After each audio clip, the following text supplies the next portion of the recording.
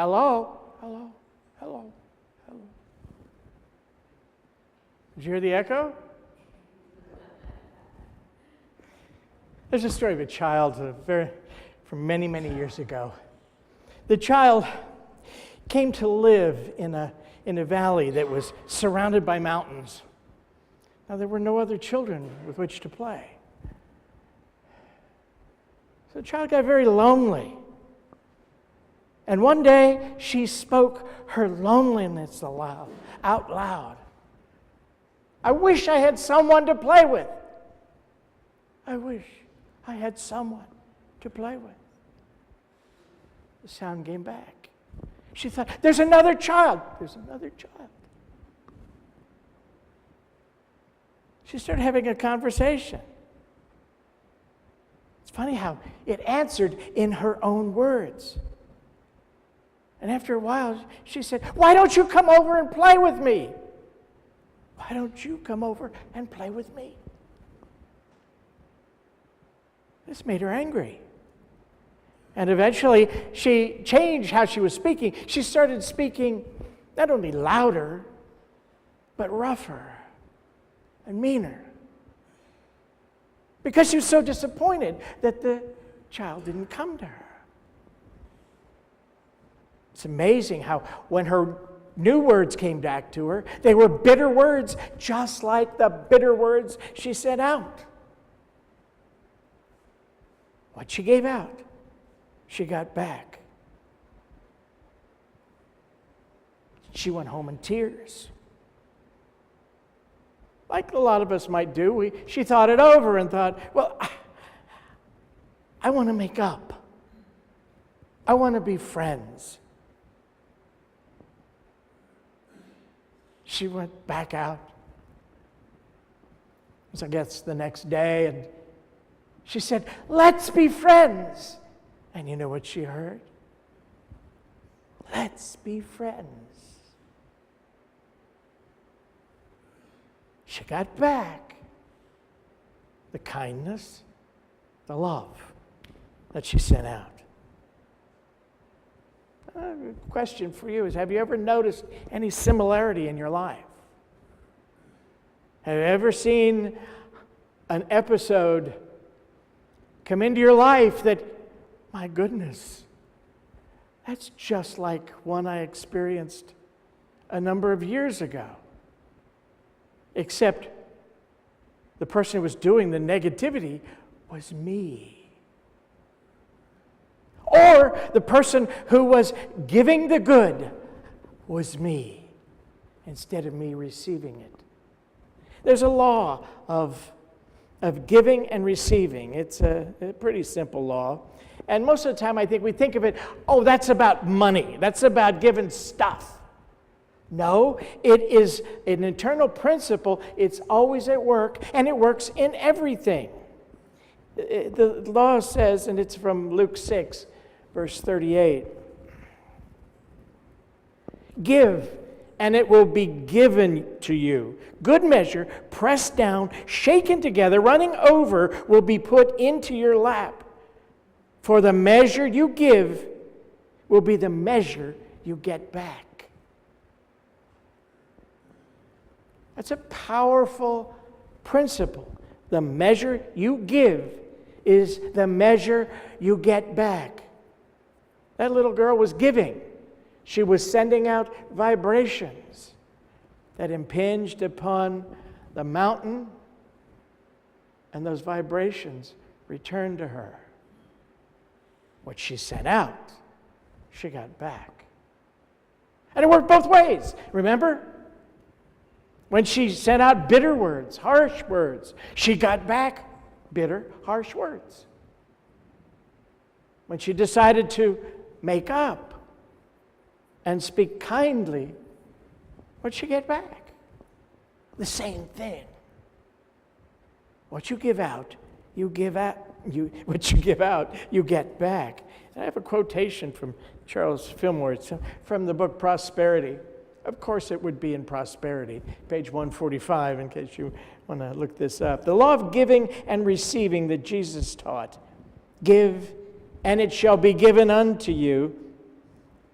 is found to be applicable to all our commercial as well as our social relationships.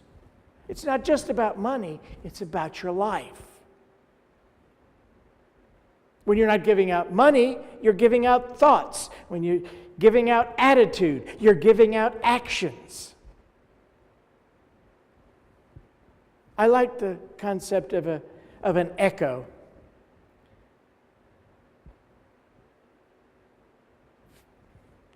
Seems like a long time ago now, but at the end of July, August, when Chris and I went back to Cincinnati, we went to the train station there, the Union Terminal. It's a beautiful place. The front of the building is a round, absolutely round arch, and it's about a quarter circle. It's round in the back and flat in the front. That arch on the inside, I learned this when I was a child.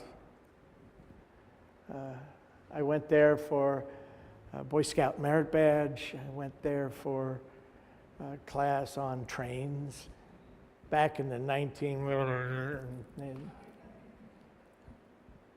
I think 90s, was that maybe?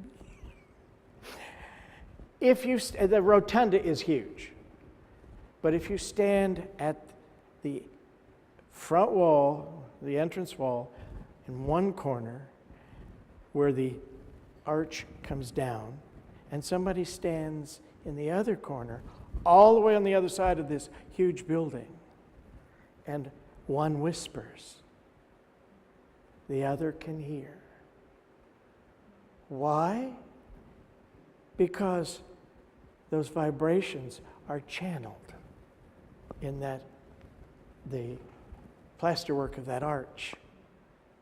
And it's very clear. Your thoughts are just as much energy as a whisper in that arch. As the sound of your voice, so the sound of your thoughts are impinging upon the atmosphere and upon other people. And under that law of giving and receiving, it comes back to you. I studied with a teacher a number of years ago who had an interesting way of presenting this idea. He said, just suppose every day, every minute of your life, in the sky above you is a huge mirror. Oops, that's scary, isn't it? Everything you do is visible in the mirror, and it comes back to you as the image of what you did. Whoa. I found that was a little more than I wanted to know. He went further. He said, when you find negative people and situations in your life, think of that mirror. Now break that mirror into 1,000 pieces. The negativity you sent out, think of every one of those little pieces reflecting one of those negativities at you. That's why certain people are in your life. Certain situations pop in your life. He's talking about the same principle. What you have given out has come back to you. Oh. But it has a reverse side. All the good, all the love, all the understanding and compassion that you send out hits that same mirror. If that mirror is fractured into 1,000 pieces, all of those people that start appearing in your life are reflecting those good things you have done. It's a powerful principle, and it's one to remember. Just as the little girl's echo could be negative or positive. It's up to us what we send out, but what we send out will return. Good, positive, harmonious sounds, actions can come back to us if that's what we've sent out. It's not just the words, but the thoughts, the attitudes. And as a result of thought, thought leads to action.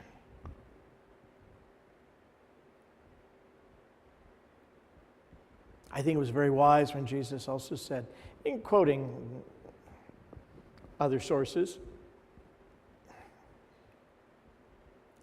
do unto others as you would have them do unto you. Perhaps more clearly, it's what you do unto others will be done unto you. You see, it has two sides too. The negativity you send out, the negativity you give out, you're going to see it. Sometimes it's instantaneous. I used to, back in the 60s with Bill, we'd talk about instant karma. Sometimes it comes back so fast you can't believe it. Other times it may be years later before it comes back to you. It comes back at a time and in a way that you can see it. It's there for you to learn and grow by it. If it's the good that returns, it's there for you to be blessed by it. It's always our choice. We always have that choice. What are we going to do with it? So, what do you want to come back to you? I've sent out a bunch of stuff in my life. Whoops. I need to buy an umbrella.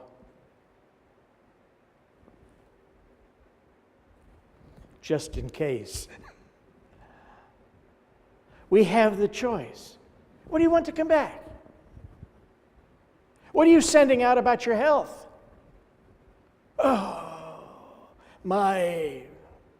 We claim this disease and that disease, my arthritis, my this or my that. Stop claiming it. Stop sending that out. How about claiming my perfect health, my radiant life, the God life flowing in and through me is perfect. And in every way, my mind and body are perfect, whole, and free. How'd you like that to come back full in your face? Would you like that? I would. Then, if you want it to come back, you first have to send it out. You begin to think about it. You begin to have those affirmations on the tip of your tongue. You know, that one place where we always forget where it is. Right here. The power of the tongue. Jesus spoke about the words we speak. And the words are not always audible. The thoughts are also words, concepts, ideas. Be held accountable for every idle or intentional word. You know, I used to think, well, I can get away with one little negativity. Yeah. Every idle word. Speak health. Think health. Think it all the time. Oh, yeah, but I have this pain or discomfort, or I have these symptoms. Stop thinking about the pain, the discomfort, and symptoms. That's part of the past. Let the past stay there. Its only purpose is suggesting your own thoughts that you need to change. And from there on, realize you're starting a new future right now. You're sending out a new word to come back to you as health and wholeness. You're starting all over a new echo that's a different nature. Life and health and wholeness. Earlier this morning in service, I used part of an affirmation that came from May Rowland. I got to meet May once, back in 1970. And I had lunch many times in the 80s with her sister, Eve. They were an amazing pair. I have one of her notebooks, and in that notebook she wrote this affirmation. Every cell of my body is spiritualized and electrified, and I am made every whit, with an H, whole. I love that word. Whit. Every whit whole. Say it together. Every whit whole. It's a phrase that seems to allow no nonsense. It's all or nothing. Every whit.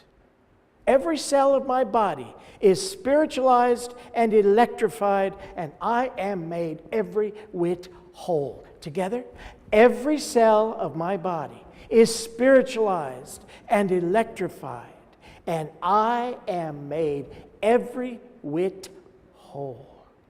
Boy, take that with you. Let that be what's coming back to you as an echo. Wouldn't you like to hear that every day coming at you? Well, you can, if you first send it out. What about your prosperity? Oh, well, Greg, times are tough, and just a few years ago, 1.1 million people lost their jobs. Yeah. So you fall for that. So that's what you want reflected back at you? There's only so much to go around. As a child, I remember being told, "Oh, Billy, you want too much." Wait a minute. God is my Father, and I am His child, right? It is God's good pleasure to give you the kingdom, right? I'm just asking for what's already mine. You don't ask for too much. We often are less willing to receive than the universe is to give. So start sending out that you are a beloved child of God, and it's God's good pleasure to fill your life with abundance and good. How about, I don't know, maybe we could work off of May Rowland's affirmation. God moving in and through me spiritualizes and electrifies my prosperity. And I am every whit prospered. I kind of like that idea. I especially like the spiritualized, because we're too often in the human, the mundane. In order to get more, I have to work harder, I have to get a different job, I have to beg a little better. No. You have to open your mind to receive and start sending out what you want to get back.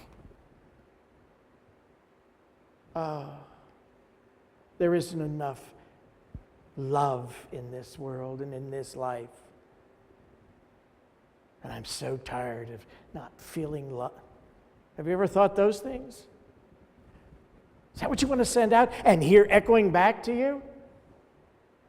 Want that right in your face? I think not. John said, God is love. And that means we live here in an environment of God, which is love, which is good. God is love. I am surrounded and enfolded with the pure love of God. Whenever you don't, thoughts come up about not being loved, not having love in your life, not having the companionship. Remember